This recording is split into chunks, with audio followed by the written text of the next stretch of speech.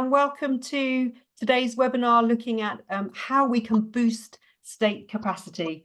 I'm Siobhan Bonita. I'm a former civil servant here in the UK, and I'm delighted to be chairing this webinar on behalf of Global Government Forum, which is a publishing house that serves civil servants all around the world. Now, in terms of today's topic, we will be looking at the fact that governments are facing unprecedented pressures to deliver services that their citizens are demanding, but at the same time, they're struggling with limited resources, with challenging and shifting geopolitics, and some really urgent policy issues, including the impact of climate change. And many countries lack the capacity across their government departments and their agencies to deliver on those services. So they're looking at various ways that they can boost capacity to help them promote economic growth, support development, and deliver essential services that their citizens need. In this webinar, we're going to look at some of the ways that countries are looking to build their capacity in government. We'll cover things like the areas of state capacity that need to be prioritised, how civil services and public services can engage across departments and agencies to make sure that they have the best chance of success, and also what some of these things mean for staff. What does it mean for public servants and civil servants as we look to bring in some of these changes? We've got a fantastic panel with us here today of 3 speakers, and in a moment I'm going to introduce our speakers and invite them to give some opening remarks. But I also want to make sure that this webinar is as interactive as possible. So we have allowed time after we hear from our speakers to take questions from you, our audience. So on whichever device you are using, you should see somewhere a Q&A button, a Q&A function. Please use that Q&A function to send in your questions, your comments, anything that you would like to put to our speakers, and I will get through as many of those as we can before the end of today's webinar. So now to our brilliant panel. First, we will hear from Zukiswa Maloba, who is National Commissioner and Deputy Chairperson at the Public Service Commission in South Africa. Zukiswa is a senior public sector executive with a focus on finding innovative and transformative solutions to public policy challenges. She's a Mandela Rhodes Scholar and Achieving Scholar and holds an executive certificate in 21st century leadership from Harvard University. Before her current role, Zukiswa has worked on lots of things, including the National Development Plan in South Africa, on reform of the public service, and held senior roles in a number of departments and agencies, where she's focused in particular on inclusion, marginalisation, and transformation. She's also now been asked to train public sector officials across Africa and beyond that, wider in the world, in an effort to help build capacity and to professionalise public service. We've had Zukiswa on our webinars before, and I'm delighted she's back with us here again today. And then we will head over to Ghana, where we will hear from Elizabeth Obing-Yeboah, who is Director of Recruitment, Training and Development at the Office of the Head of the Civil Service over there in Ghana. Elizabeth has over 20 years' experience in all aspects of human resources, administration and civil service reform. In her current role, she oversees the recruitment of prospective candidates into Ghana's civil service, as well as strategic training and development programs. And she's also the director in charge of civil service reform generally. When Elizabeth joined the civil service, she worked hard to attain roles in the then Ministry of Women and Children's Affairs and was later posted to the Office of the Head of the Civil Service, to the Planning, Budgeting, Monitoring and Evaluation Directorate before moving to her current unit. Elizabeth has also represented Ghana in international conferences and meetings across Africa, Europe and Asia. And then last but by no means least, we will hear from Ivor Chipkin, who is Director at the New South Institute in South Africa. Previously, Ivor was the founder and director of the Public Affairs Research Institute at the University of the Witwatersrand and the University of Cape Town. In 2017, Chipkin, with several colleagues, wrote and released The Betrayal of the Promise Report, a study of state capture that had a huge political impact in South Africa. Ivor was an Oppenheimer Fellow at Oxford University and has authored several publications, including Do South Africans Exist?, Shadow State, The Politics of State Capture, and most recently, The Shattered Vessel. So I'm sure you'll agree with me. We have an absolutely fantastic expert panel with us here today. As I say, please do take this opportunity to send in your questions, and I'll get through those once we have heard from our speakers. But without further ado, Zukiswa, I'm coming over to you and inviting you to give us some opening comments.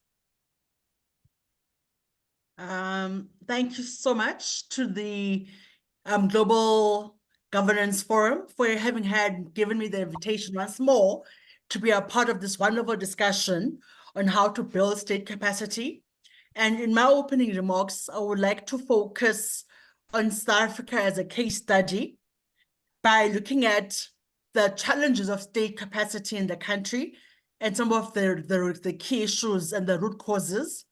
I'll be looking at what we as the Public Service Commission have done to try to support our national development objectives of building a capable, ethical, and developmental state, as well as I'll also be looking at other strategies that we can consider in order for us to boost state capacity, not just in South Africa, but Africa and the world over. So I think what's also just as part of my opening remarks, I also want to make it very clear and also I think it's become very evident over the past decade that state capacity in the country has weakened. It has degenerated, and even at certain pockets of our state, in particular local government, it's actually on the verge of collapse in our country, as per the reports of the Auditor General and other institutions who do research, who've been doing research on the state and on local government. So in terms of local government, municipalities have been, and some municipalities, and a large number of them, have been unable to provide basic services to citizens, basic services which include the provision of water, sanitation, road infrastructure, and electricity, just to mention but a few. And because of the inability to provide these basic services to citizens, there's been an increase in protests and protest movements in the country that have protested against the lack of service delivery at local government level. Some of the challenges of state incapacity and the root causes of state incapacity or weakening state, the biggest has been the issue of corruption, unethical behavior, and state capture, as you might have read and seen in the news when the Zonal Commission was commissioned and when its outcomes were released. Some of the issues obviously also have to do with the historical legacy of apartheid. They have to do with weak governance and institutional failures, which include unaccountability. They have to do with political instability, particularly the ones that have been brought about by the new movement of coalition governance and coalition politics in South Africa, as well as leadership challenges in the country. And I don't even want to underestimate the role of skills shortages and human resource constraints that have actually contributed towards a weakened state and a degenerating state in our country. This happens in the context of economic inequalities, poverty, and high unemployment rates, particularly amongst our youth, and the fragmentation of service delivery and the inefficiencies and ineffectiveness in which services are provided to citizens. But also we've got resource constraints, which are financial or fiscal in nature. So the resource constraints and fiscal pressures have only exacerbated and exposed the weaknesses of the state. And I think because of lack of citizen engagement and citizen participation, we've seen that things are not necessarily turning around speedily enough in the manner in which we would like it to happen the most. So that is why, as the Public Service Commission, we have collaborated with the National School of Government and the Department of Public Service and Administration, working relentlessly to put together a professionalization framework, which was approved by Cabinet last year in October. And it's also with great pleasure to say that this professionalization framework which is the professionalization of the public service, is also moving towards an implementation plan stage, whereby the Public Service Commission plays a coordinating role in coordinating government departments and key critical stakeholders to make sure that the professionalization framework, which was adopted by Cabinet in October last year, is actually implemented in a coordinated manner. The professionalization framework aims, amongst other things, to promote merit-based recruitment, to get rid of unethical behavior and corrupt activities, to encourage performance management, effective performance management in the public service, to allow for clearer career progression based on competencies and skills, amongst other things. So I think for us, this to us represents a monumental move on the part of South Africa, the need to professionalize the public service and the state more holistically, and the discussions about how best to do so have put this issue as an agenda item in the highest echelons of power. It means that we are provided the basic blocks that we require in order for us to rebuild the South Africa state architecture and to rebuild the state.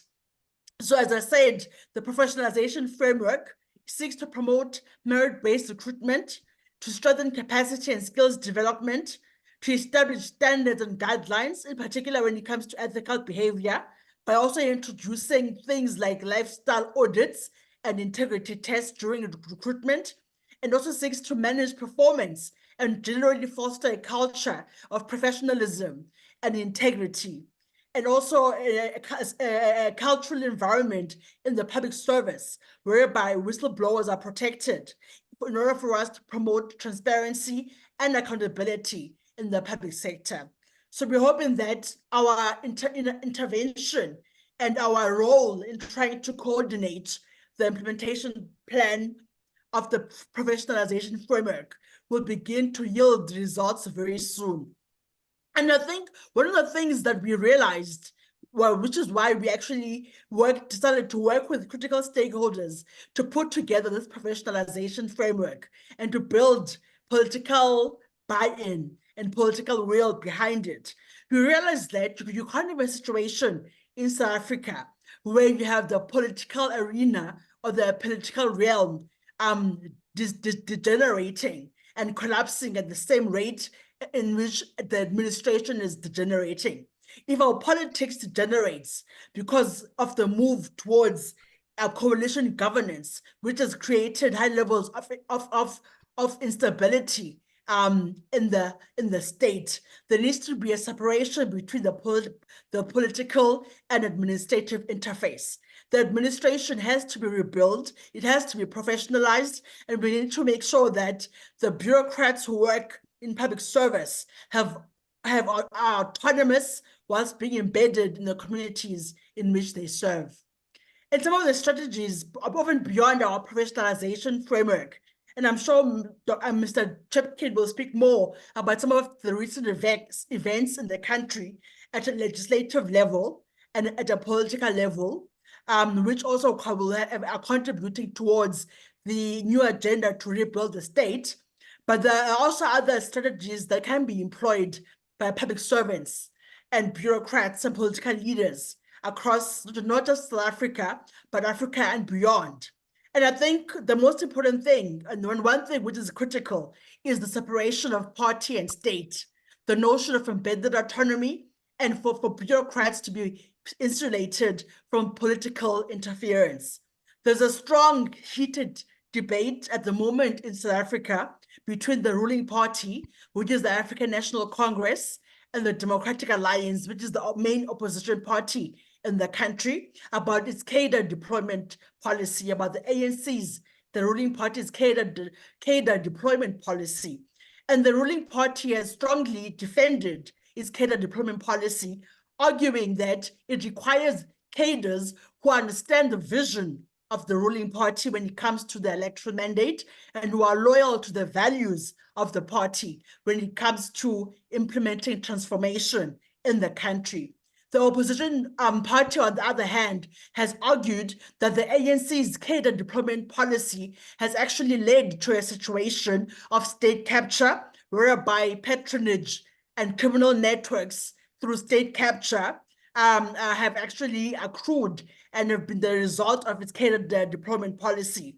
So it's a very heated argumentative debate about the pros and cons of cadre deployment.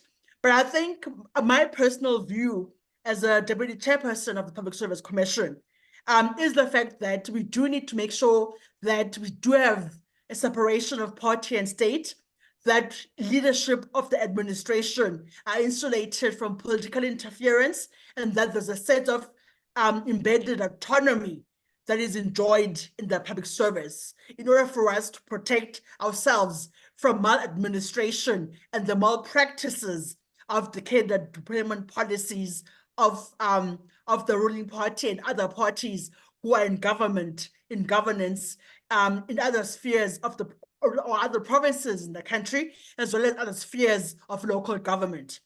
Also, what's important for us to rebuild state capacity is the issue of investing in human capital, is improving governance and accountability to make sure that we reduce corruption and inefficiencies, and we promote a culture of integrity and ethics within the public sector.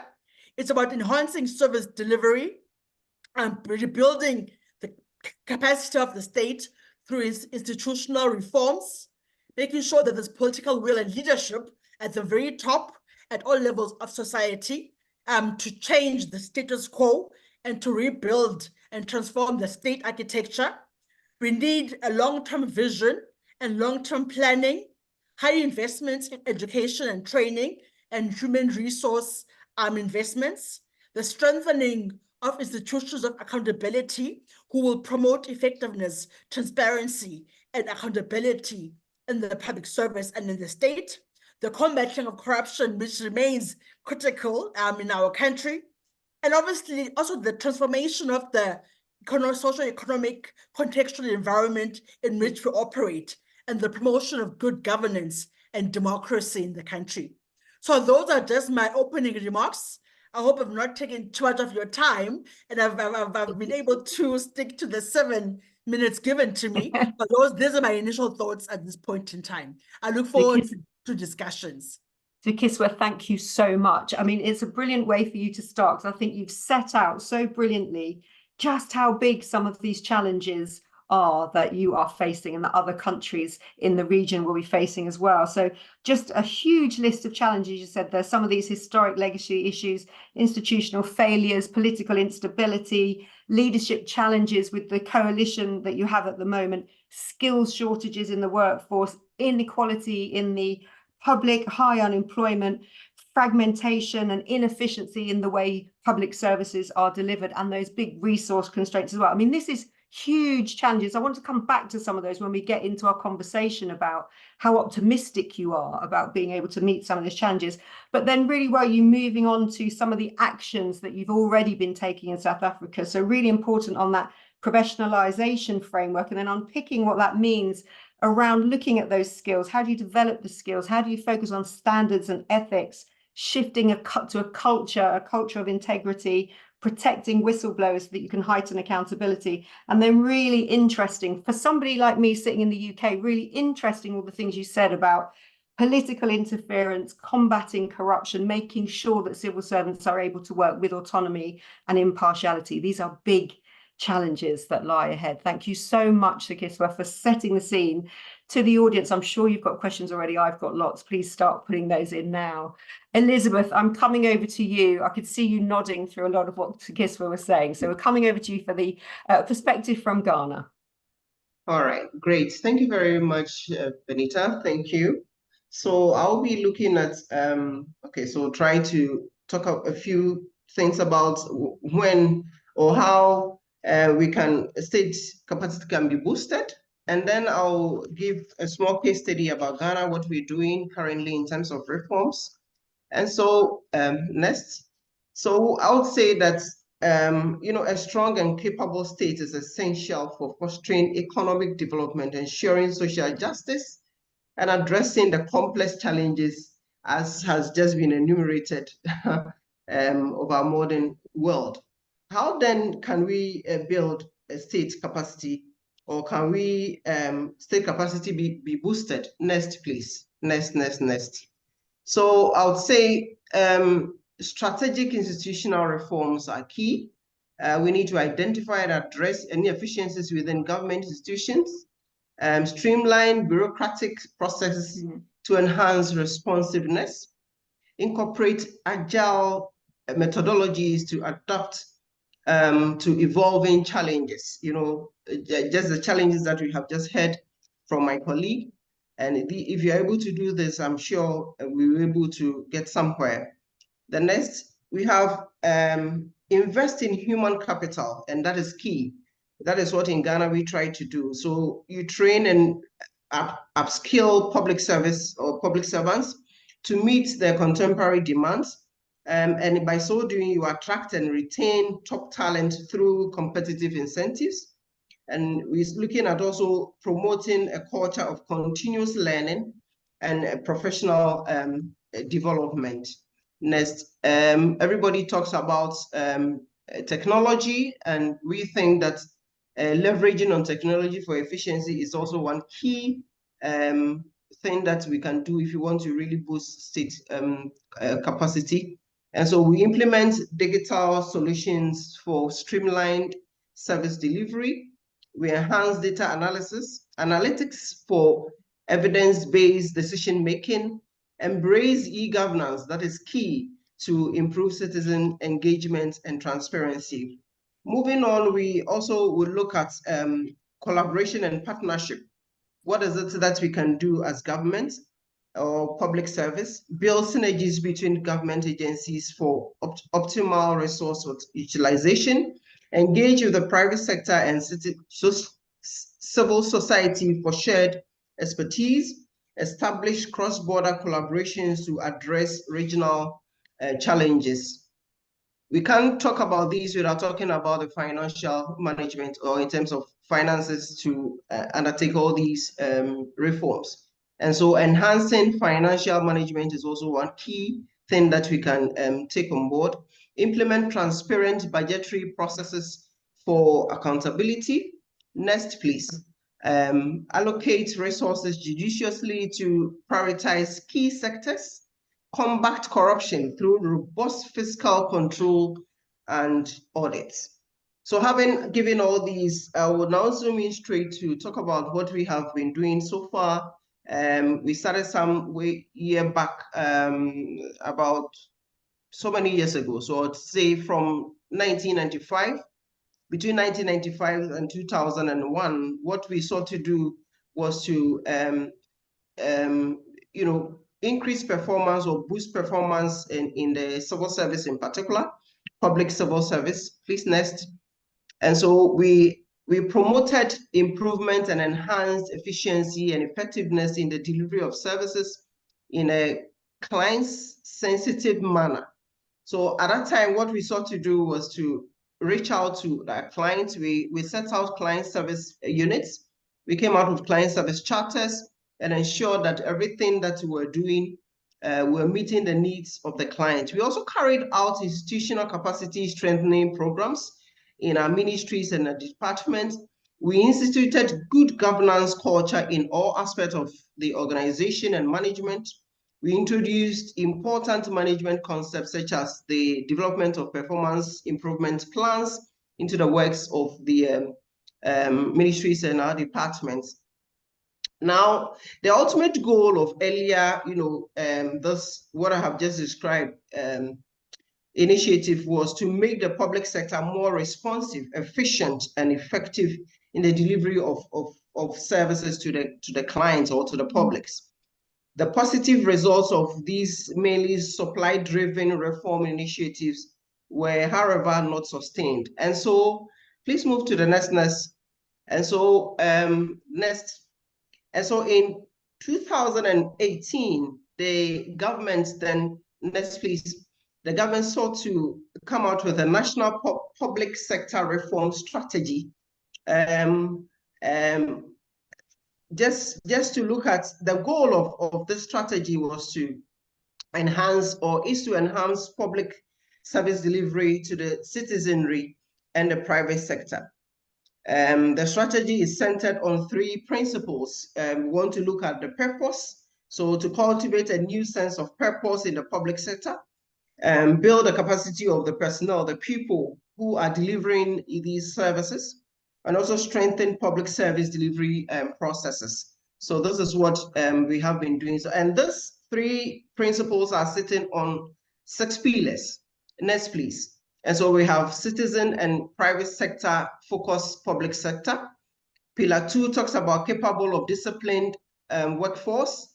Pillar 3, strengthen public sector regulatory framework.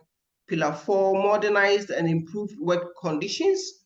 And then we have strengthened local governance structures, and then digitized public sector services and system. It has taken us 5 years, so we are actually at the end of the period which we set for ourselves, because this was supposed to last for 5 years. And so currently what we are doing is going back to the drawing board to review what is it that has been able to be implemented or been done, and what can we do better to ensure that we are meeting the demands of the publics. And so, but I just want to, next please, I just want to talk a little bit about some of the few things that we have been able to do. I did not bring out all of them, but in terms of strengthening regulatory framework, the Civil Service Act, which has been there since 1993, we are seeking to review it. We even had an interim regulation which dates back at 1960. We are reviewing that one as well. Currently, it sits at cabinet, and they are looking at considering the new things that we have been there. This is just to foster a renewed service with the necessary legal backing to provide support to the government. We have the Ghana's Labour Act being under review to address emerging issues in the labor market and incorporate modern international labor standards. Just as I said, the National Public Sector Reform Strategy document is currently under review. I talked about some of the pillars and mentioned, digitalization, what we have to do. So next, please. What we have done so far is we have been able to introduce a system that is seeking to improve performance management. And so this we have, introduced an electronic version of it, either to perform appraisals were being done manually, but now we have introduced an e-system into it, all just to improve, to ensure that officers or staff do the right things and make sure that, because if it's and we have cutoff points, you plan, and then at a certain time the system goes on and off, and you have to come again. So all these are just to check the how officers or the people that we are training, their performance, and making sure that they are doing what is right. We have also introduced the Ghana.gov payment platform. This is a very unique platform that has been created by the government. It's managed by the Ministry of Finance, and they use this to undertake a lot of payments, removing all the barriers in terms of the payments and all that from there. We have also introduced eBID web portal to make it transparent for equal opportunity in terms of procurement processes for all eligible bidders. We have also introduced electronic management. Hitherto, you come to offices and a lot of documents will be lying in the rooms, on the day table, and everywhere is so scattered. But with the introduction of the e-system, of the electronic e-records management, we are seeing some improvement in our record system. We have, since 2019, have introduced an e-recruitment. And this was something, or it's something that has really, really helped those of us who work in the public service, because then we try to, after introducing this, even if, the politician will want to bring someone or want to I don't know the right word, I'm afraid to use the right word, but I mean, what it is that the introduction of the e-system or the e-recruitment has enabled everybody to now go into the system, because we will not accept any paper. You have to go into the e-system to apply and then to go through the process until you are recruited into them. We've also introduced e-promotion. So in Ghana, not all the public service staff do not sit in the capital, Accra. Some find themselves in other 10 regions. We have introduced another 6, but mainly we have most of our staffs in the 10 regions. And so people can sit there and go through their promotion process at ease. Training, which is very key to all these reforms, has also been transformed into an e-system, and this is working very well for us in Ghana. And the next one is okay, so just trying to wind up with public financial management. We have introduced a reform. We call it Public Financial Management Reform Program. And so this is seeking to address weaknesses in the financial administration system. And this has been done since in the 90s. Out of this, we have been able to review a lot of our legislative frameworks. We have introduced the medium-term expenditure framework and a whole lot. Please go to the next slide.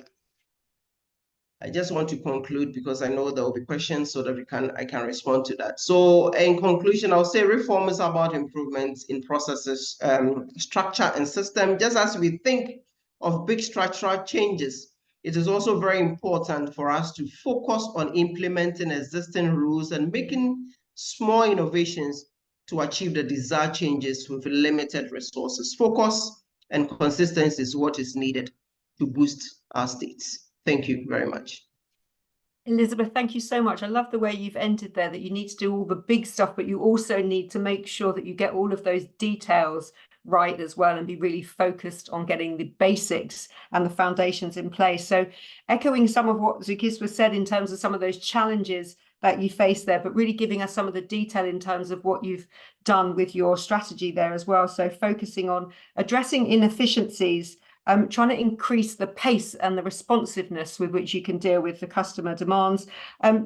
Mirroring what Zukiswa said as well, you said you need to invest not just in your infrastructure, but also invest in your people. And you go on to talk about the skills and the training that you've put in place there. Picking up this issue, which I thought would come up, and we might have some questions about how you can use technology to boost capacity there and maybe to leapfrog some of those stages in between. And then you go on at the end to talk about how you're using digital both internally to improve some of the internal operations that you have, but also externally on things like payments and recruitment processes as well. So really bringing in technology there. And then again, we've heard now from Zukiswa and yourself the importance of shining a light on the financial management, on combating corruption, on really highlighting accountability and having proper financial management programs in place. Thank you so much, Elizabeth. Again, lots of food for thought. I've got lots of questions already. To the audience, we've got one more speaker, so please do send in any comments or any questions that you've had, and I'll come to those in a moment. Ivor, I'm coming over to you now. Sure. Thank you very much, and it's been very interesting listening to the other speakers. Elizabeth, my first, I have a question for you. I'd love to hear more about these reforms of 2019, especially around recruitment, because that seems to be one of the big challenges in South Africa. So, there are two issues that I want to address, which Zukiswa was raised, and of course I'm from South Africa, so I have some familiarity with what's going on, but also something that Elizabeth said. And I want to address, so there are two. One is this question of politicization, the separation between political roles and administrative roles, which in South Africa is, I think, at the heart of many of our challenges, but I think it's at the heart of our public service challenges around the world, and especially on the African continent. And that's the first. The second one, and Elizabeth raised this term bureaucratization, and in her case, talking about streamlining the bureaucratic processes in Ghana. I think that raises a very interesting question, because in South Africa, if one might be able to argue that like South Africa, like the UK, like the US in the 1980s, like many places around the world, tried to move away from the bureaucratic model altogether in favor of something called the new public management. So a huge and massive move to public management away from bureaucratic systems and processes. And so I wouldn't mind touching on some of those issues. So Zukiswa spoke a lot, and it's very exciting listening to her about the professionalization framework. And I think she's put it so well. And I have to say, I share her enthusiasm and excitement for what's happening in South Africa. It sounds like very exciting things happening in Ghana. So it reminds me of that old expression that, you know, Africa is the site of lots of new and exciting things happening. And I think that's exactly right. Especially in the space of public service reform. I think there are lots of very important projects and experiments happening on the African continent. In South Africa, on Tuesday, we had, I think, a historic breakthrough, and I wouldn't mind sharing that with yourselves and with the people participating in it. And maybe giving some of the context in the South African case. So the African National Congress came to power in 1994 through a negotiated settlement, which required that the new ruling party, the new African National Congress, when it came to government, would effectively have to inherit the public service of the apartheid period, both in the historical territory of South Africa, but also including in what were then called the Bantustans, these nominally independent states which the apartheid project had produced. So the ANC came to power inheriting a public administration which fundamentally it didn't trust, and it didn't trust them for good reason. Didn't trust them to implement its policies.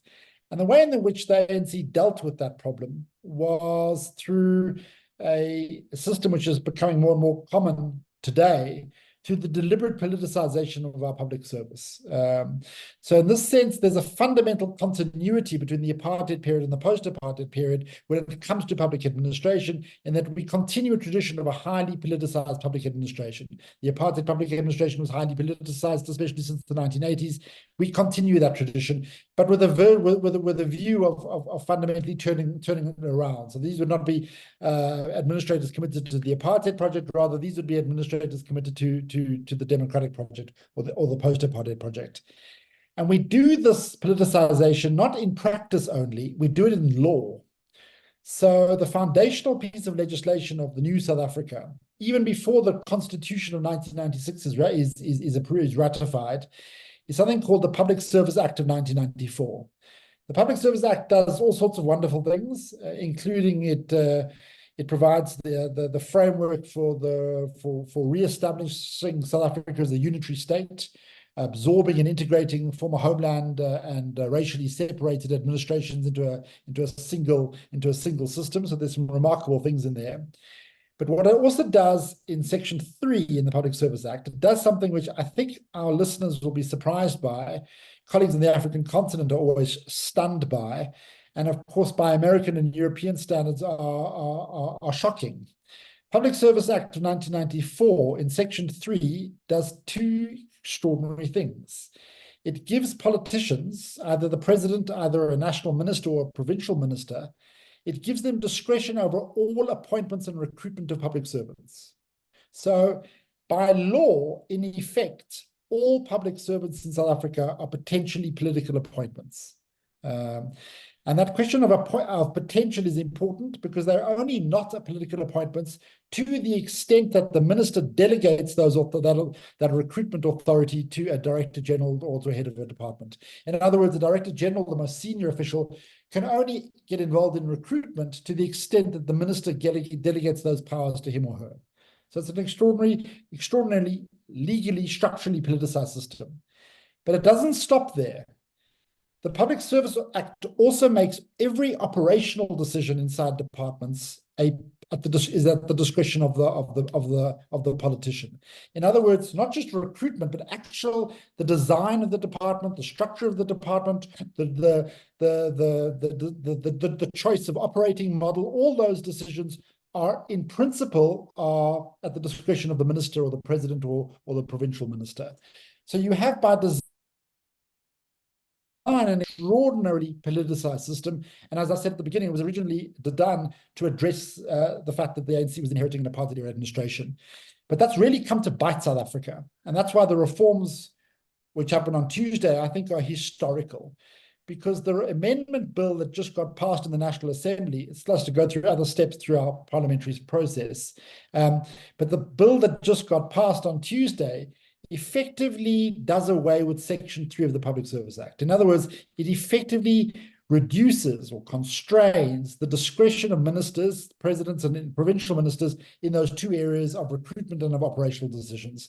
And what it does is it shifts those powers largely to where they should be, in my mind, to director generals and to heads of departments. So suddenly we have a situation which I think is quite common around the world and around and some of the new reforms on the African continent. I know Kenya's reformed in that direction, Ghana's reforming in that direction. Elizabeth, it sounds like Ghana's reforming in that direction, where essentially you have administrations run and controlled by public servants, both in terms of who they can recruit and the operational decisions they can make. So I think it's a huge step. The question it does raise, and this is why Zukiswa's discussion of the professionalization framework is so important, is what is the throughput? In other words, who are we going to recruit? Who are going to become these public servants? Because suddenly they're going to have real autonomy and real power in the departments. Do we have a proper channel of recruitment? So I think the professionalization framework goes some way towards producing a channel for the recruitment of merit-based appointments into the public service. I would discuss that with Zukiswa, but I don't want to make this a South African conversation, whether the professionalization framework goes far enough. But nonetheless, I think it goes, there's some very, very exciting stuff which it is doing. It's doing, for example, one thing which is very, and again, historic, unprecedented in South African history. It introduces for the first time ever in South Africa a minimum entry exam into the public service.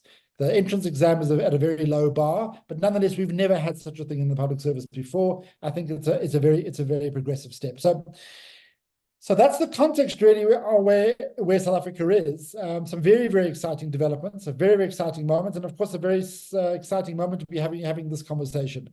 We can talk about the new public management in a moment in question time, but that's broadly the context in which I think this event is happening.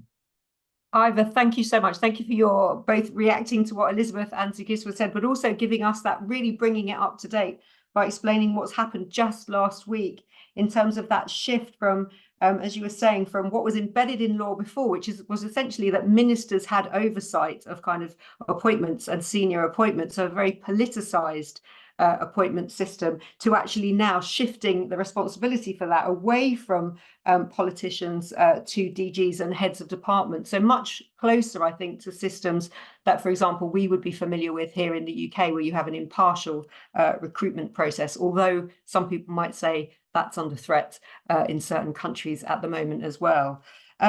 My question, so thank you to all of you for setting the scene with those. And I want to come back immediately because we've had a question in from Sue Talker, and I think this really picks up on what you've just said there, which is, I'm going to put this question to all of you, but in terms of what the biggest challenges are for capacity. So you've all focused a lot on people and the need to make sure that we get great people in based on merit, who aren't there as political appointees, but they're there because they are professional and they're expert in what they're doing, whether that's administration or digital or whatever.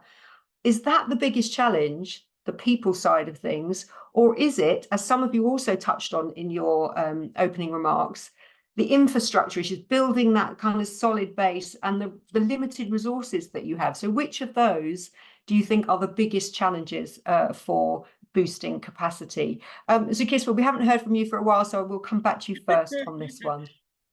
Thank you so much. I think for us, the biggest issue, on top of what's happening with the issues of skills shortages and fiscal pressures and financial resource constraints for the public service and a burgeoning public sector wage bill, which the state can't afford because our economy is not growing and our tax base is limited. I think that corruption, unethical behavior, state capture, the patronage networks, nepotism, and the capture of the state, particularly at local government level, by criminal networks and mafias, mafia networks, is our biggest most foremost challenge in the country. And that is what has actually led to a weakening, degenerating and collapsing state in our country. Because there's lack of political accountability and lack of consequence management, especially at high levels.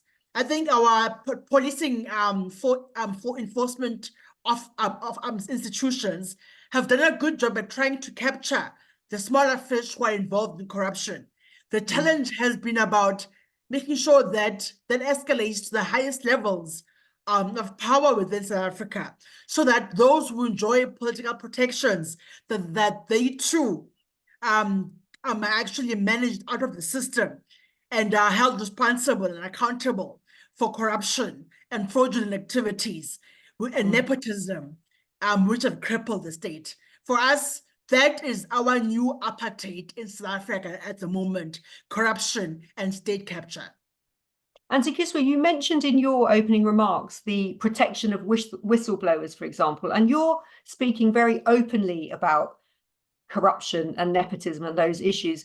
Is that something that other people, do you think, around you feel brave enough or capable or able to talk about? Is this something that is openly spoken about as much as you would like it to be?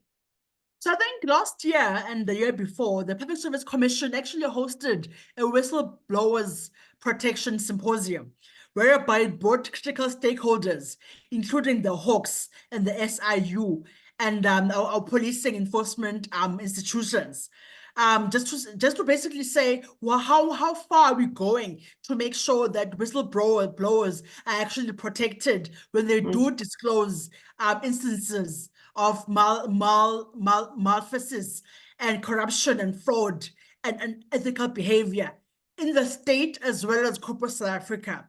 Unfortunately, whistleblowers are paying with their lives.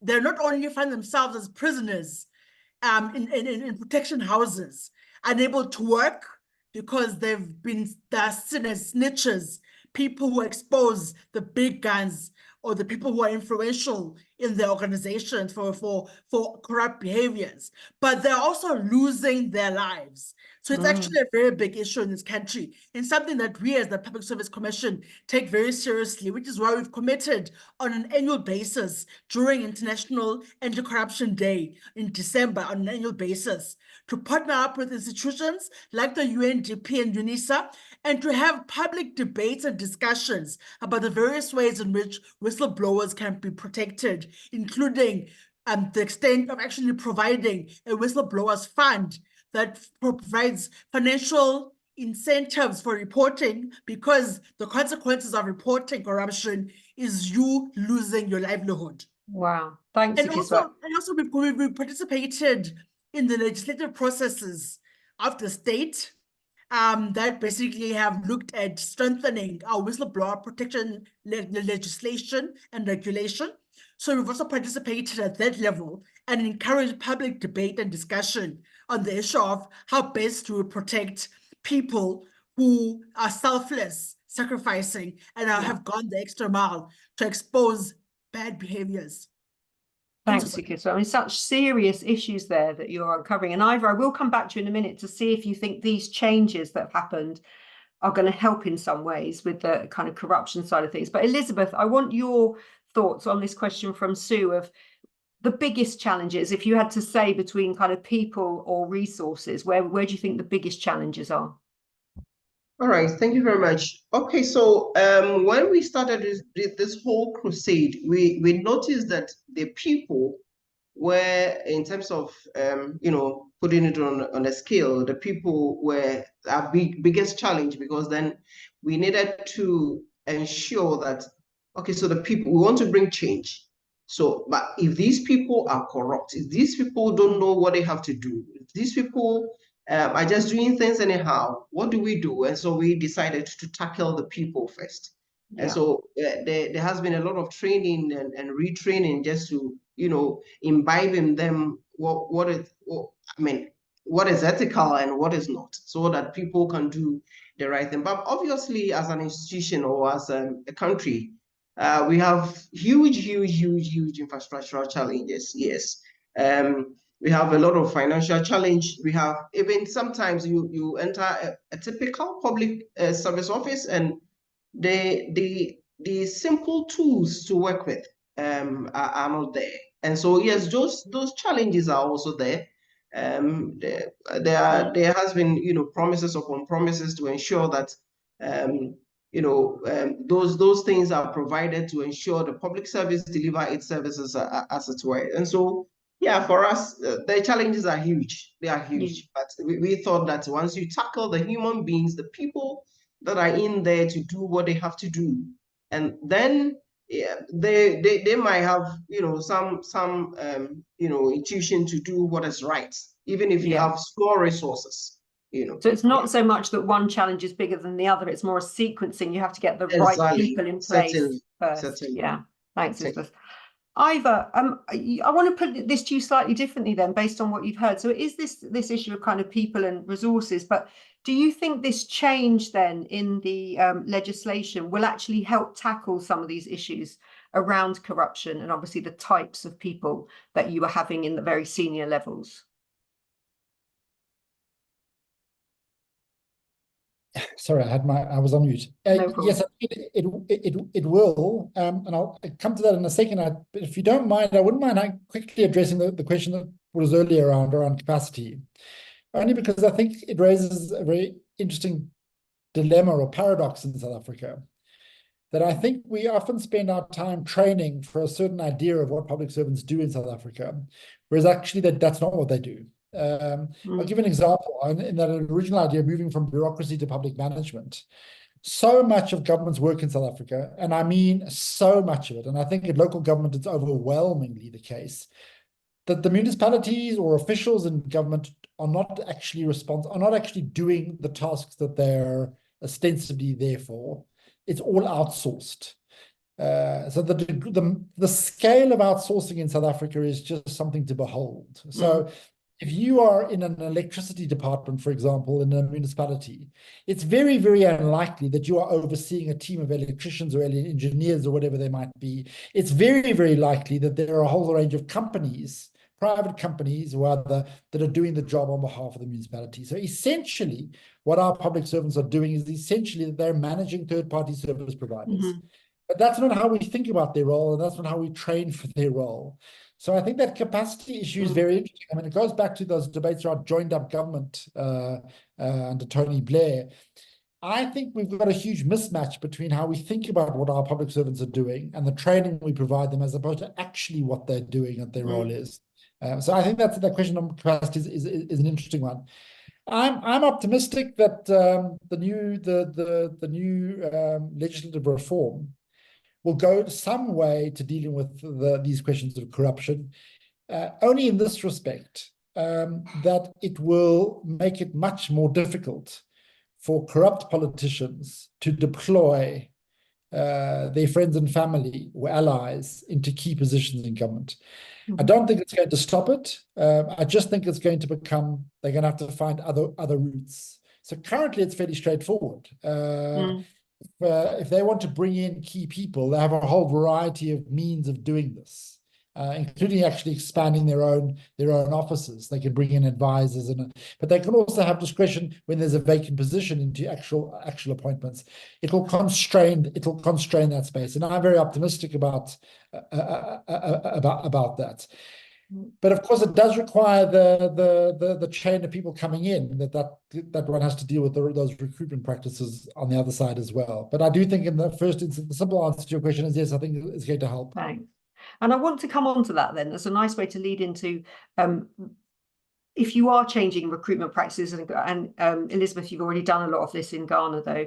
How do you then recruit, attract, and keep within the service the very best talented people? So there's an element of training up people who are already in the service, but how do you bring in the best people from outside when, Zukiswa, I think you've mentioned there's already an issue with the kind of public sector wage bill. So how do you pay for the talent that you need to come in when you're competing against the private sector, but also how do you make sure that those recruitment processes that you have in place are identifying the right people? We'll change the order a little bit. So Elizabeth, I'll come to you first on this one, especially when it comes to digital skills maybe that we need to bring in. All right, so thank you very much. So I just want to correct something here. All right, so this office is actually in charge of the civil service. Yeah. All right, so and then we have the public service, just as my other colleague is coming from, and the civil service is a part of the public service. All right, and so all my examples I'm giving are actually gearing towards what a civil service does. Yeah. All right, so in terms of the recruitment, first off, before we even go out there to say we want somebody with capacity A or B, we have to do some form of an assessment to know who we need, a gap. So there's a gap that we want to fill. And so then ever since we started going electronic, we just advertise, and you have to submit all your applications and all your documents and everything via the system. It's a portal that a web-based portal that we have opened. And then we open it for a while. So then after a while, we close it, and then we sort of, look for the people that we actually, because we have a gap that we need to fill. Then after that, there is an examination that is conducted. We conduct two very competitive examination. And then once we get the people that we want, then we take them through interviews to ensure that we are getting the right people. What we have sought to do is that we have introduced an onboarding system. So we do a lot of orientation. And then once this office is in charge of, recruiting them. So once we get them, then we post them to a particular department or a ministry that will need a particular skill. Okay, so over there too, we work with that institution to ensure that the onboarding takes place. So and that is a way of ensuring that we keep those that the high skilled people within the service. It's something that is, in fact, we started this onboarding and the whole orientation and all that just about 2 years ago. Sorry to interrupt, but for so far example, yes. When it comes to looking for people with technological skills, with kind of the most up-to-date data and digital skills, do you see yourself as competing with digital startups, for example, in the region, or with the big tech companies? Are you in competition with them for that talent? All right, so I tell you this. In Ghana currently, with the number of universities that are cropping up, they are churning out a lot of graduates. And so in terms of the workspace, the job, when you go to the private sector, I mean, they don't have enough to recruit all these people. Okay. And so I wouldn't say there is some kind of competition there, because then we still have a chunk of our graduates still looking for some job. And so they come in, and I would say, just let me answer the questions directly by saying that we don't see that kind of competition yet. Well, obviously, those high-tech people will attract the very brilliant ones. But in fact, let me say that after COVID, or even during COVID, what we noticed was that a lot of the people in the private sector were moving to the public service. Why? Okay. Because then, without COVID and all the issues that came with that, so those in the private sector were not able to pay their staff and all that. So people were moving into the public sector. We received a lot of such into the public sector around that time, and we're still receiving. Interesting. So they could see the benefits of that support that you wrapped around people. Really interesting. Iva and Zukiswa, I'm going to ask you a similar issue about how do you attract great talent, given the picture that you've painted of the scale of the challenges in South Africa. If I were thinking about joining the public service, even if I had that ethos of I want to make a difference to people's lives and I want to help build this state, aren't a lot of people put off by this is just so hard and there is so much corruption in the system, how am I going to make a difference? So how do you get great people in? Ivor, I'm going to ask you first, and then I'm going to come to Zukiswa.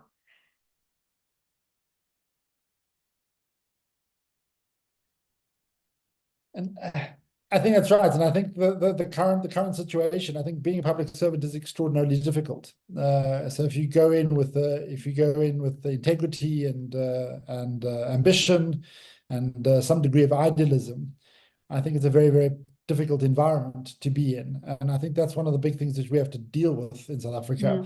It's also, and this is an argument which I think will be very unpopular in South Africa, it's monumentally underpaid at the senior levels.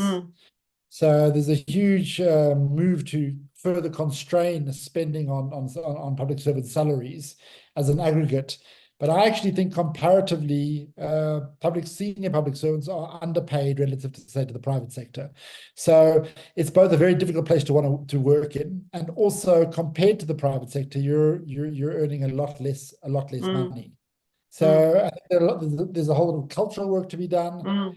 So I think there's salary work to be done. So in the current environment, I think as long as things going ahead as they are now, I think the public service is going to struggle to attract really good people. I mean, of course, there are extraordinary exceptions, like for example, Zukiswa. But I think on the whole, did you like that? And I noticed Zukiswa stayed very neutral when you were talking about salary levels as well there. So.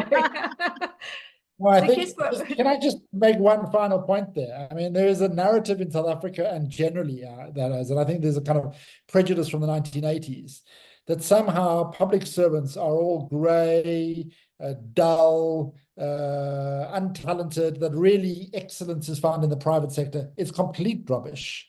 South Africa, even with circumstances are as difficult as they are, is full of thousands and thousands of excellent people trying to do their jobs in extraordinary situations. And I think as long as we continue to stigmatize, and this is the point that I want to end with, as long as we continue to stigmatize public servants as somehow inept, incompetent, and corrupt, we're going to struggle like crazy to transform these institutions and make them effective. Hear, hear. It's lovely to hear that, because obviously that's not how quite often the media and others want to portray civil servants. So it's nice to be able to reinforce the positives as well. Zukiswa, do you agree with a lot of what Ivor said about some of the challenges, though, in terms of attracting and retaining great people?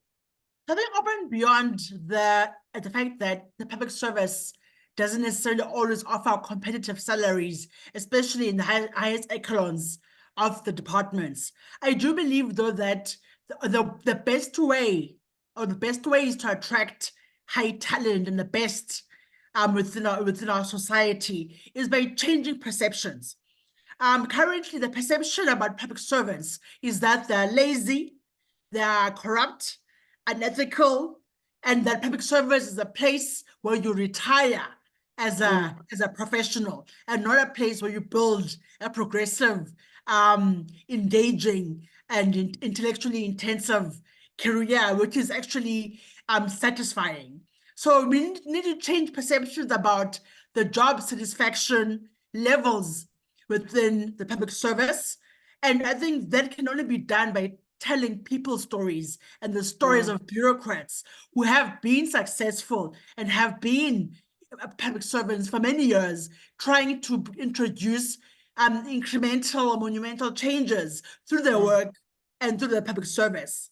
Secondly, I think it's important for us to also understand that the majority of South Africans actually depend on a working, effective, and efficient public service in order for them to sustain their livelihoods.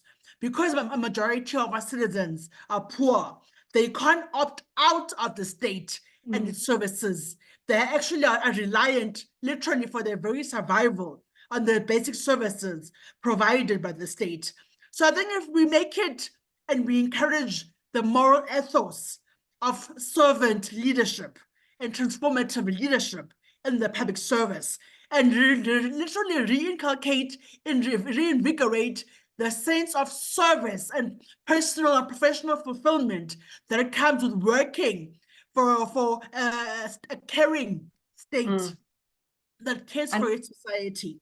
Yeah. So changing perceptions by telling the stories of bureaucrats who are operating in pockets of excellence, and also Mm. changing the culture, building a Yeah. culture of professionals and professionalism.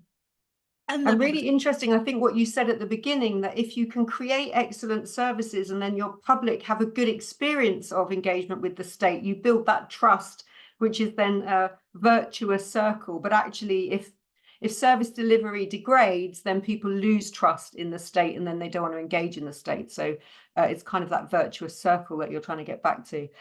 We are nearly out of time. I can't believe how quickly our conversation has gone. We've just got one final question in from Chris Punch, and Chris has said, which countries and regions do you find most useful when looking for best practice in areas of capacity building? So, for example, in overcoming corruption or specific areas like building digital maturity. So given that we don't have much time left, I'm going to broaden that question a bit. Are there other countries that you look to for good practice in terms of any aspects of building state capacity?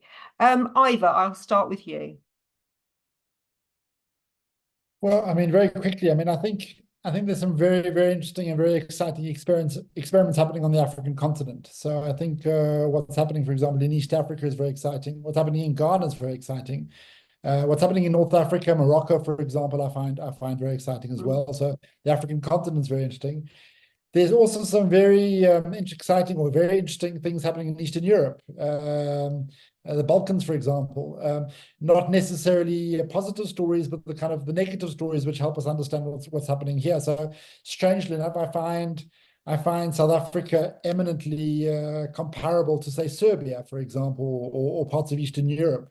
Similar sorts of dynamics, similar complexity around transitions. So I think there's a lot to learn in this kind of comparative work, and I welcome the question in that regard. Brilliant. Thanks, Ivor. Elizabeth, same question to you.